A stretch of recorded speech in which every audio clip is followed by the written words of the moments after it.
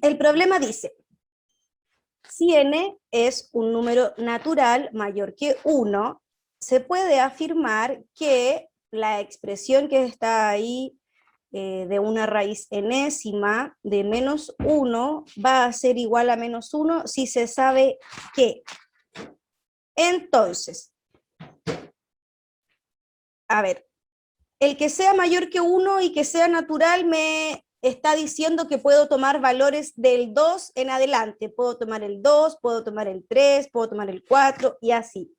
Entonces, si reemplazo en la n el valor de el 2, yo me estaría preguntando, ¿hay algún número que elevado al cuadrado me dé menos 1? Y eso es imposible, porque si yo elevo al cuadrado, cualquier valor, sea positivo o sea negativo, siempre me va a dar positivo el resultado, porque estaría multiplicando, por ejemplo, si fuese menos 1 al cuadrado, eso sería menos 1 por menos 1, y eso me va a dar positivo. Entonces, el 2 no puede ser. Vamos a probar con el 3, que cumpliría con ser impar. Entonces, si reemplazo un valor que sea impar en la n, es decir, me pregunto si es que hay algún número elevado a 3 que al multiplicar, o sea, que si hay algún número que al elevarlo a 3 me dé como resultado el menos 1. Entonces pruebo con el menos 1, multiplicado por menos 1, multiplicado por menos 1, y resulta que eso sí me da menos 1. Puedo probar con el 4 y me voy a dar cuenta que no puedo hacerlo porque me va a dar un resultado positivo. Si lo hago con el 5, significa que en vez de multiplicarlo 3 veces, tendría que multiplicarlo 5, el menos 1, y eso también me va a dar menos 1. Entonces se puede llegar a la conclusión de que si el n es impar, esto se cumple, es verdadero, digamos. ¿Se entiende hasta acá o preguntas? Yo No, siento. profe, se entiende. Ya. Entonces, la 1 ya descubrimos que nos sirve, entonces la vamos a tiquear. Incluso si no hubiese más información, yo puedo asegurar que eso es real si el n es impar. Vamos a evaluar la segunda parte y dice, si n más 1 es par, ¿qué quiere decir si n más 1 es par? Consideremos que n sea igual a 3. Ya, es impar, por lo tanto, cumple con que esto sea real. Y si le sumo 1, me va a dar 4, es decir, el número va a ser par. Por lo tanto, si n más 1 es par, es porque n es impar. Entonces, también la segunda sería verdadera, porque si el n más 1 es un número par, significa que el n es impar. Por lo tanto, cada una por sí sola, es decir, sabiendo las dos informaciones, cada una por separado, yo puedo asegurar que esto se cumple. Entonces sería la alternativa D. ¿Se entendió? Profe, una consulta, ¿por qué no podría ser C? Porque la C indica que una depende de la otra, es decir, tienen que estar ambas informaciones para yo poder asegurar el enunciado. Tiene que estar la 1 y tiene que estar la 2, pero en este caso, si está la 1, yo lo puedo asegurar, y si está solamente la 2, también la puedo asegurar. No tienen que estar ambas al mismo tiempo. Dice, sean P, Q y R números reales, con P distinto de 0, ¿cuál de las siguientes relaciones permite asegurar que la ecuación, tanto la que me ponen ahí, tiene dos raíces complejas con parte real e imaginaria distinta de 0? Ya. Entonces, cuando nosotros trabajamos ecuaciones como la que está aquí cuando el x está al cuadrado, es porque estoy hablando de una ecuación en segundo grado. ¿Y cuándo, recuerdan ustedes en qué momento pasa que las raíces de las soluciones de una ecuación cuadrática son raíces complejas? ¿Se acuerdan qué condiciones se tenía que cumplir?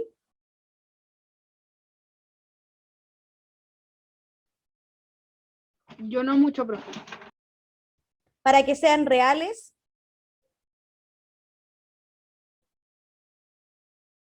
o para que tenga una pura solución.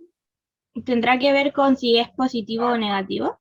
Exactamente. Tiene que ver con cómo es la raíz, que se llama discriminante, tiene que ver con cuál es si ese resultado, ¿no es cierto?, es positivo o si es negativo. Por lo tanto, nosotros tenemos la fórmula general de encontrar los valores de x en la ecuación de segundo grado, que corresponde a menos b. Ahora sí, intento escribir la ecuación general de una ecuación de segundo grado, o sea, la solución, que es menos b. No sé cómo escribir aquí el más menos, voy a escribirlo solo con más, y aquí debiese venir la raíz.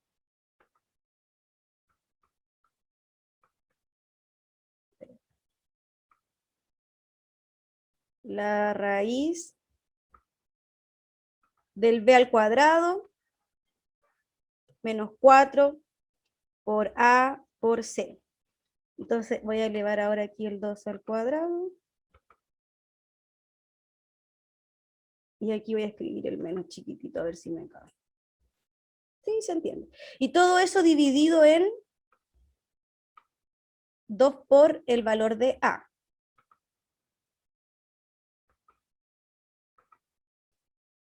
Dos por a.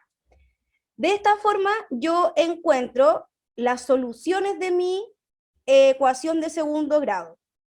Pero resulta que si lo que está dentro de la raíz, que es el b al cuadrado menos 4 multiplicado por a multiplicado por c, me tiene que dar menor que 0 en este caso, menor que 0, para que las soluciones sean complejas. Porque si es mayor que 0 van a ser reales. Entonces tienen que ser menor que 0 para que sean complejas. Entonces ahora voy a reemplazar, primero identifico aquí en mi ecuación, espérense que me faltó aquí el cuadrado del b. Esta parte que está aquí, si se fijan, el r está al otro lado de la igualdad, entonces para yo poder escribirlo como ecuación de segundo grado, tiene que ser px al cuadrado menos qx igual a menos r igual a 0. Tiene que estar de... perdón, me equivoqué. Menos r igual a 0. Tiene que estar al otro lado de la igualdad, el c en este caso, para poder ordenar mi ecuación y tener el valor de a, de b y de c, que son los valores que yo reemplazo aquí en el discriminante. Entonces, el valor de b, en este caso, vale menos q. Entonces, menos q elevado al cuadrado me va a quedar q. Espérense que tengo que escribirlo con blanco.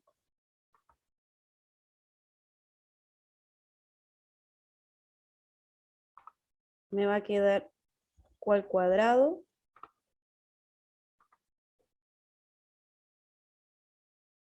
menos el valor de 4 multiplicado por a, el a vale p, multiplicado por c, y el c vale menos r.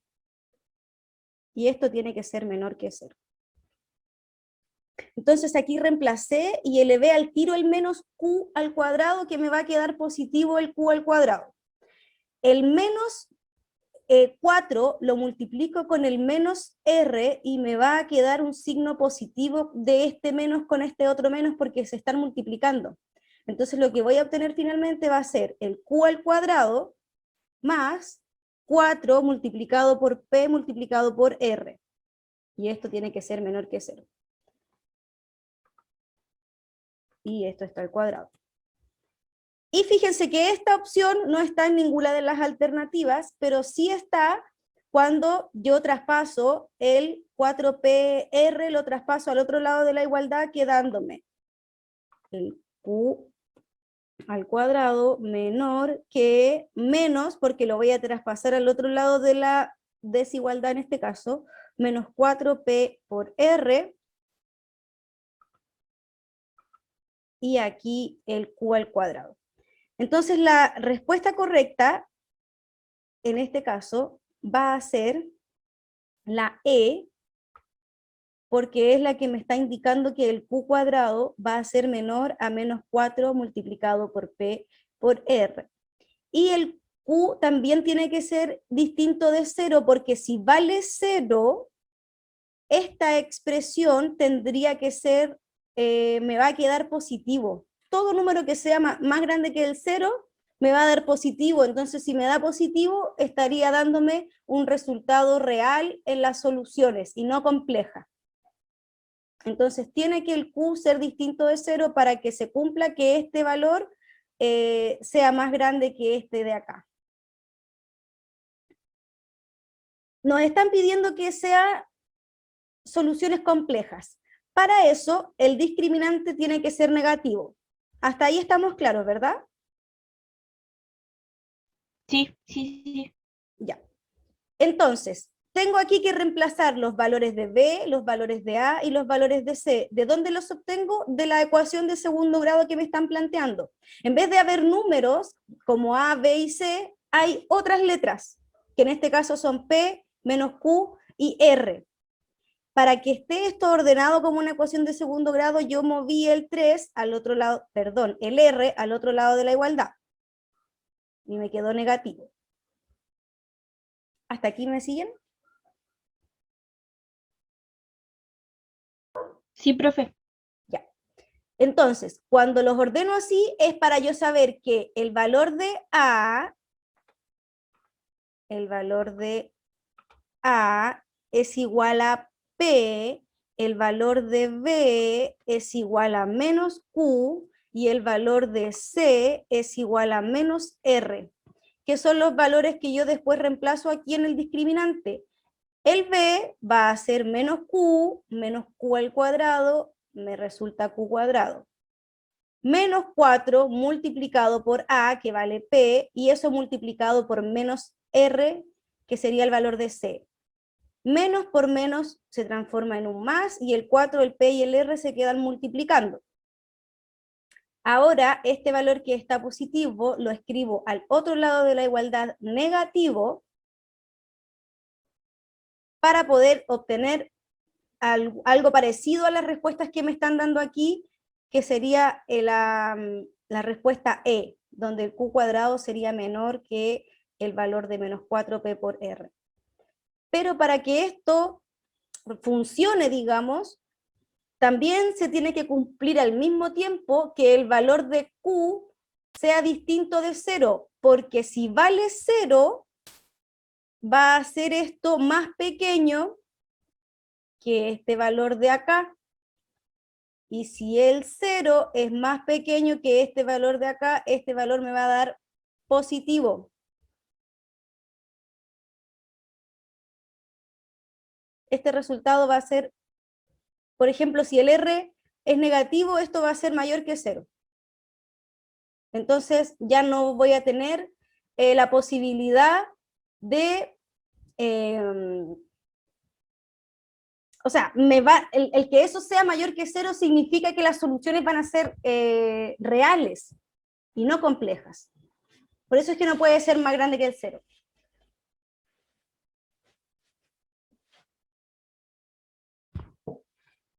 No sé si hay... O sea, esto no puede ser más grande que 0. Entonces, si esto me da 0... Otra consulta, cuando nos hablen de raíces complejas, siempre hay que ocupar la fórmula que puso arriba, ¿no? Lo que pasa es que esta fórmula de arriba es para resolver ecuaciones cuadráticas.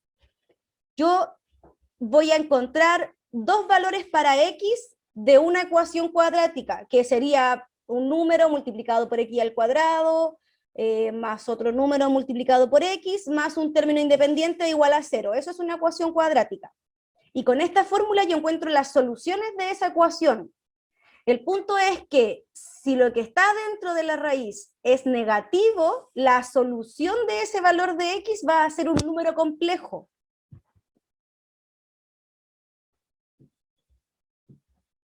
Por ejemplo, tú tienes una ecuación cuadrática y resulta que los valores para x te dan que x vale 3 y x vale 2. Y tú puedes graficar esos números que son donde corta al eje Y. ¿Se acuerdan que esto forma una parábola? Espérense que voy a prender la cámara.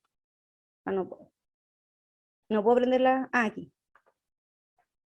Esto forma una parábola que es como una U y debiese tocar en 2 puntos al eje X. Esos 2 puntos, cuando el discriminante es positivo, son números reales. El 2, el 3, o una fracción, o un decimal. Y yo los puedo ubicar en la recta numérica y grafico mi curva, ¿no es cierto?, la U. ¿Me entienden? Sí, sí. Pero si lo que está aquí en la raíz me da negativo, me va a dar una solución compleja, que es cuando aparecen los números imaginarios, que no sé si ustedes los habrán. En esta pregunta nos están diciendo que si el valor de K es igual a la suma de estas dos potencias, entonces esta expresión de aquí sería igual a, y te dan estas siguientes alternativas. K elevado a 2, K elevado a 2 más 2, K elevado a 2 menos 2, etc. ¿Ya? Lo primero que voy a hacer es aplicar las propiedades de potencia en esta parte de aquí, donde tengo los 9, porque yo sé que el 9 es lo mismo que 3 elevado a 2. Profe, no se está viendo lo que usted escribe. Perdón. Ahí sí. Es 3. Voy a escribir aquí el otro. Oh, esperen que me quedo chueco. Voy a escribir aquí el otro 3. Entonces, cada 3 va a estar elevado al cuadrado, porque es lo mismo esto que el 9. Y a su vez, de ahí voy a hacer los paréntesis, esto está elevado a x y esto está elevado a menos x. Entonces, ¿qué es lo que hice? El 9 lo escribo como 3 elevado a 2. Es lo mismo, digamos. 3 elevado a 2 lo mismo que el 9. ¿Por qué lo transformo a 3 elevado a 2? Porque se parece más a lo que estoy trabajando acá. ¿Ya? Cuando tengo una potencia elevada a otra potencia, recuerden que yo puedo escribir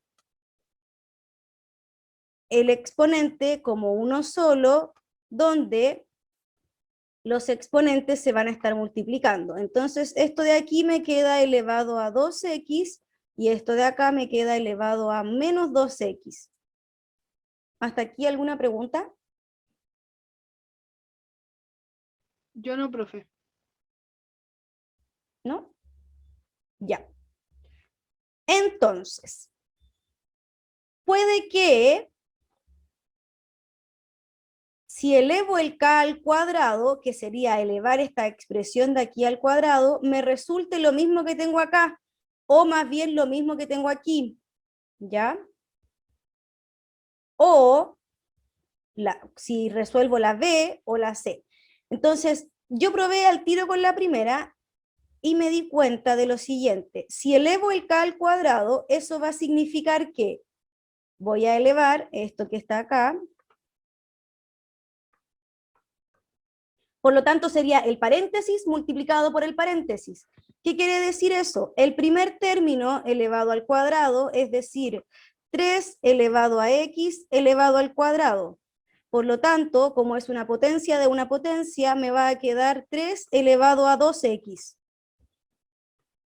Y me voy acercando un poco a lo que tengo. ¿Hasta acá me siguen? Sí, profe. Ya. Entonces, tengo 3 elevado a x elevado al cuadrado, potencia sobre potencia, se multiplican los exponentes. Luego vendría el doble de la multiplicación entre los términos, es decir, entre 3 elevado a x por 3 elevado a menos x. Me va a quedar aquí en el exponente el 3 elevado a x y el 3 elevado a menos x. ¿Qué quiere decir esto? Y lo voy a escribir en el paso de abajo. Pero fíjense que aquí tengo x y x negativo, y potencias de igual base. Por lo tanto, puedo conservar la base, sumar los exponentes, ¿y cuánto me va a dar este exponente? X menos X. Si conservo la base 3 y sumo X menos X, ¿qué exponente me va a quedar? 2. ¿Cuánto te da eso?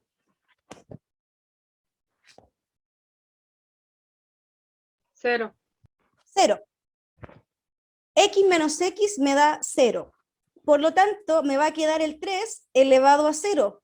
Y 3 elevado a 0 es 1. Por lo tanto, 2 multiplicado por 1 me va a quedar 2. ¿Qué quiere decir esto? Que me va a quedar el 3 elevado a 2x más 2, perdón, más 3 elevado a menos 2x, que aquí en la última parte no sé si me entendieron porque aquí puse el menos 2x, o si no se los explico ahora, porque aquí el paso de al medio es el doble del primer término por el segundo en un cuadrado de binomio, que es lo que estamos resolviendo aquí de este paréntesis al cuadrado. Y finalmente vendría el segundo término elevado al cuadrado, que sería 3 elevado a menos x, y eso elevado al cuadrado. Entonces, como tengo potencia sobre potencia, se multiplican los exponentes y me queda menos 2x, que es el valor que está aquí. Ya, entonces, fíjense que aquí tengo este primer término, por así decirlo, igual que la expresión del cuadrado de binomio que resolví aquí. Los tengo aquí los dos, rojo con rojo. Y aquí vamos a escribir con amarillo el que tiene exponente negativo. Amarillo con amarillo. Entonces, para tener las mismas, lo que me falta hacer es a esta expresión restarle 2. Por lo tanto, ¿cuál sería la alternativa correcta? Resolver el cuadrado de k y restarle 2.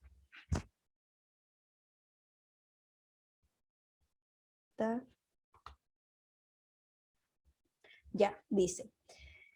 En un taller de arte se selecciona al azar un estudiante. Se puede determinar la probabilidad de que éste vista pantalones negros si se sabe que el 85% de los estudiantes de este taller visten pantalones. O 2, en este taller el 60% de los que visten pantalones los llevan de color negro.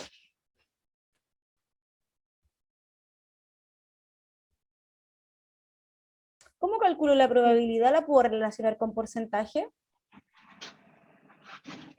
Probabilidad con porcentaje, no sé. O sea, sé un poco de probabilidad, pero en sí la diferencia entre los dos, no mucho. Cuando yo calculo la probabilidad, por ejemplo, de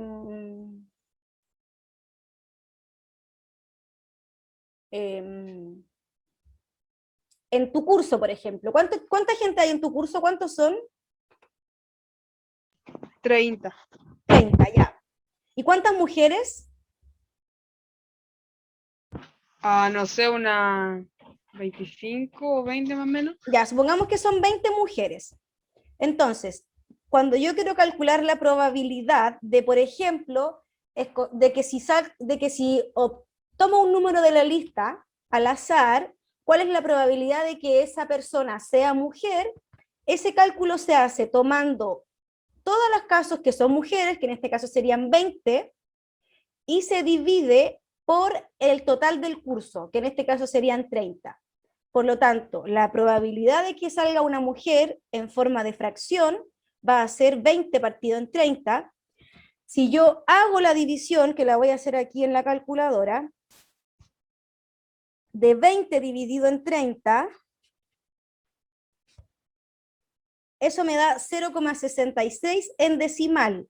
Y si eso lo multiplico por 100, eso me da 66,6%. Entonces, de las probabilidades que se calculan a través de una fracción, tomando los casos que cumplen con la condición partido los casos totales, si yo resuelvo esa fracción, me va a dar un decimal, y ese decimal al multiplicarlo por 100 me va a dar el porcentaje de probabilidad. Entonces, en este caso, en la pregunta, dice que si el 85% de los integrantes de este taller visten pantalones, la verdad es que no me da ninguna información de cuánta probabilidad puede salir de negro, de pantalones negros. Lo único que voy a saber va a ser el total de las personas que tienen pantalones. Entonces, teniendo ese total, yo podría hacer el cálculo, podría hacer un eventual cálculo, pero para eso también necesito saber cuántos son los que visten pantalones para saber el porcentaje de O la sea, se probabilidad. requiere información adicional porque no tengo el total del curso en sí, ¿o no? Mira, es que en la 2, yo creo que sí se podría utilizar solo con la 2, porque si el 60% de los que visten pantalones, el 60% de los que visten pantalones los llevan negros. Entonces, yo sabiendo que el 60% de los que visten pantalones son negros, puedo saber cuántas personas llevan pantalones. Y ahí yo podría saber cuánto es el 85% de todas las personas. ¿Me entienden? Más o menos. Mira, si yo calculo el 60%, espera, para yo poder porque me están diciendo que esta información yo ya la sé. Yo ya calculé cuánto es el 60% de las que llevan. Entonces, mi 100%, ya, Profe, si está escribiendo en la pizarra no se ve. ya. Ahí. Por lo tanto, el 100% va a ser todas las personas que tienen pantalones.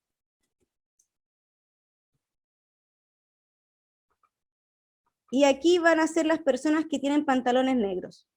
Entonces, si yo pude hacer este cálculo, es porque tengo esta información de cuántas personas tienen pantalones. Y cuántos tienen pantalones corresponde al 85% del total de las personas.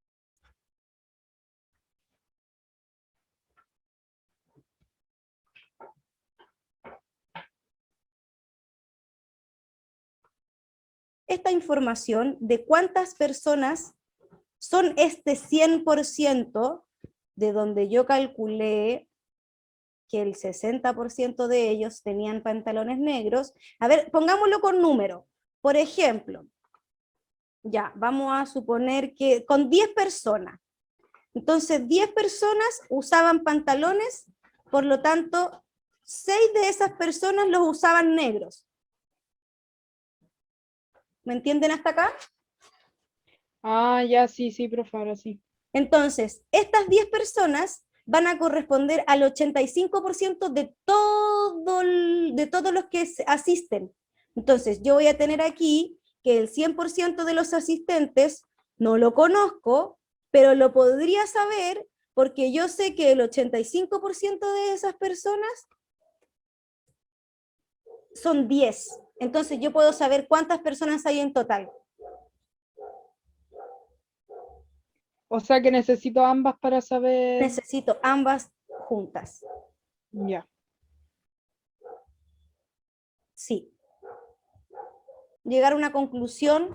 Según mi apreciación, esta pregunta no se puede responder, no se puede determinar, porque me falta información, me están dando, miren, no sé si alcancemos a verla, si se corta el tiempo, chiquilla, nos vemos la próxima semana y se los explico con calma ese día.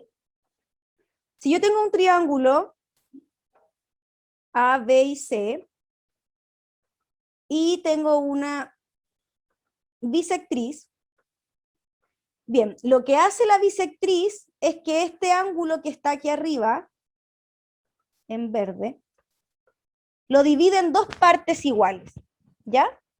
Y además me están diciendo que la información, este lado que se forma aquí, está en razón de 3 es a 7. ¿Qué quiere decir eso? Que si este lado vale 3, este vale 7. Si este vale 6, este vale 14. Si este vale 9, este vale 21. Van a ir creciendo ambos en esa razón, o disminuyendo ambos en esa razón. ¿Ya? Entonces, y además me dicen que todo el lado grande de abajo vale 20.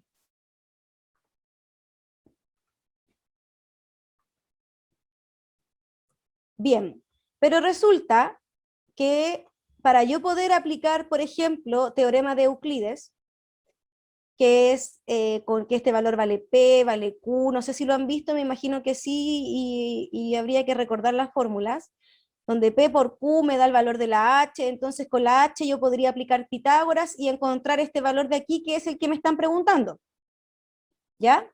Pero para hacer Euclides, este triángulo tiene que ser rectángulo, y yo no sé si este triángulo es rectángulo, tiene que ser rectángulo aquí en el ángulo verde, y no lo sé. Podrían decirme a lo mejor que cae recto aquí al lado que mide 20, pero para eso tendría que ser una altura, y no me dicen que es una altura, entonces tampoco puedo asegurar que cae en ángulo recto aquí abajo. Entonces no puedo aplicar ni Pitágoras ni Euclides, no tengo cómo hacer ningún cálculo para calcular este lado AC. Así que, según yo, por ejemplo, lo otro que se podría hacer es que cada lado valga 20, como el perímetro vale 60, pero para eso me tendrían que decir que es equilátero o que es isósceles. No me dicen qué tipo de triángulo es, entonces no puedo aplicar teoremas que me condicionan que los triángulos tengan que ser rectángulos, por ejemplo.